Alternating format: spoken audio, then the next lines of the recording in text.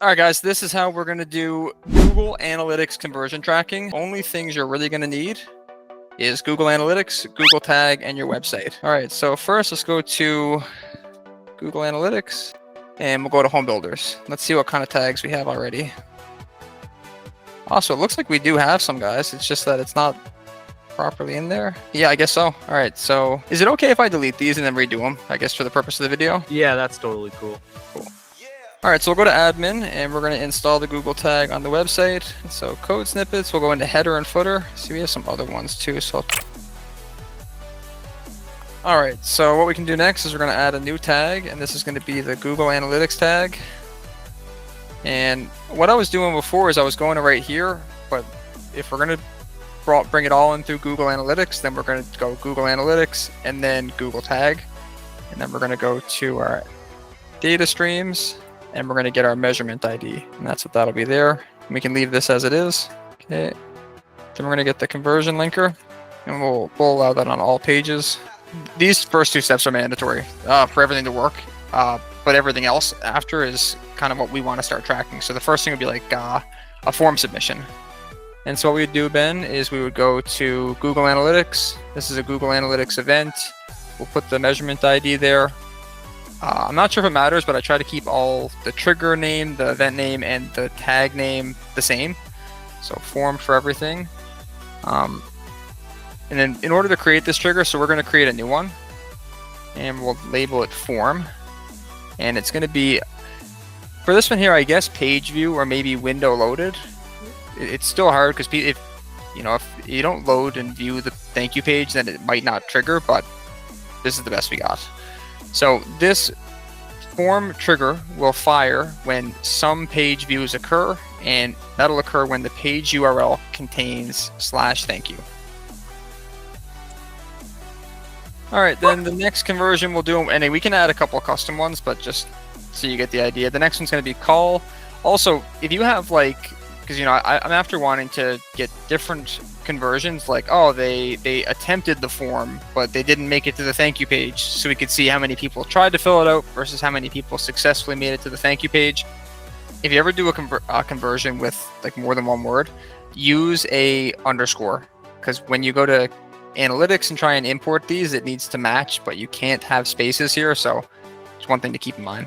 All right, so for this one here, if we're going to do calls, if we do just links, because we can see if, let me go to the website here. If we click on this, this would be like a tell +1 link. Sometimes it doesn't work, and it depends on the module. So what we could do is if the click text contains +1 888778. So we'll try it both ways and see if it works initially. So for this way, the tag is a call, the trigger is a call, and what it is, the trigger type is just links. We're going to say some link clicks, and then if the click URL contains +1 or tell : okay, cool. And then we're going to add another one, and this one will be email or emails, doesn't matter. We'll get our measurement ID. We'll name the event the same as the tag, emails. For the trigger, again, we're going to have our unique triggers for each conversion. This one's going to be same thing, emails. Same thing, it's going to be just some link clicks. And it's going to be if the click URL contains mail to info@homebuildermarketers.com. Cool, so these are the basic ones. And let's just save our changes up here. Until we save it, all the tags we've added won't matter. What we'll do next, again, this is an account that already had events, so it's a little bit different. Calls, emails, form, perfect. Same formatting, exactly the same. And what we should do, if you're ever running ads, instead of the call triggering once per event, you could spam click the call button and have a 10,000% conversion rate. Do once per session. Same thing goes for emails, and same thing can go for form, but I don't think I ever seen someone spam us where they're continuously filling out the form. Mm-hmm.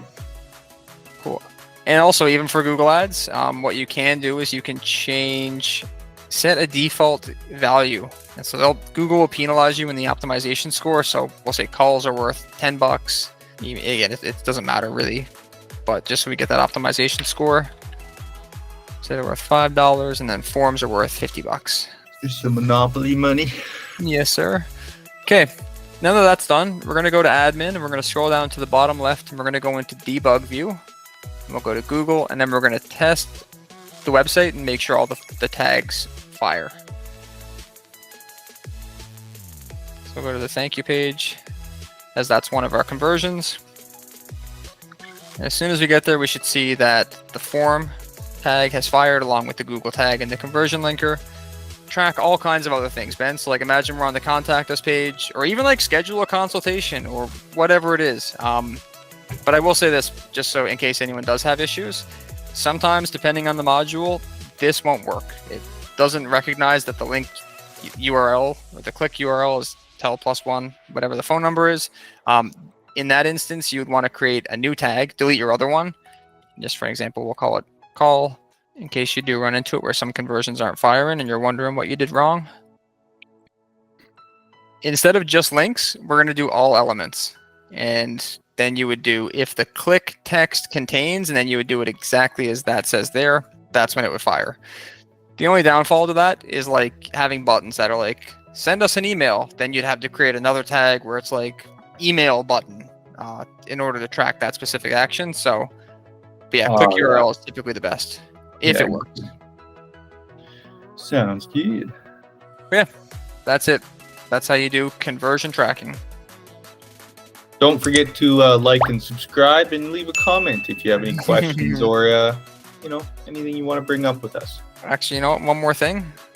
Always make sure you link your Google ad links, and then I'll just go the extra mile really quick. You have two accounts here. Do you know which one is the right one? Maybe this one isn't.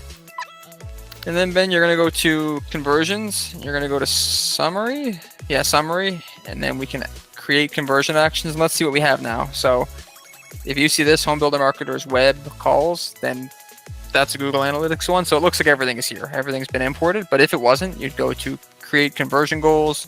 It wouldn't be website. It would be import from Google Analytics. It would be web, continue, and then there's nothing here. But if we didn't have those added, it would say calls, emails, and form. Perfect. Yeah. Cool. Like and subscribe.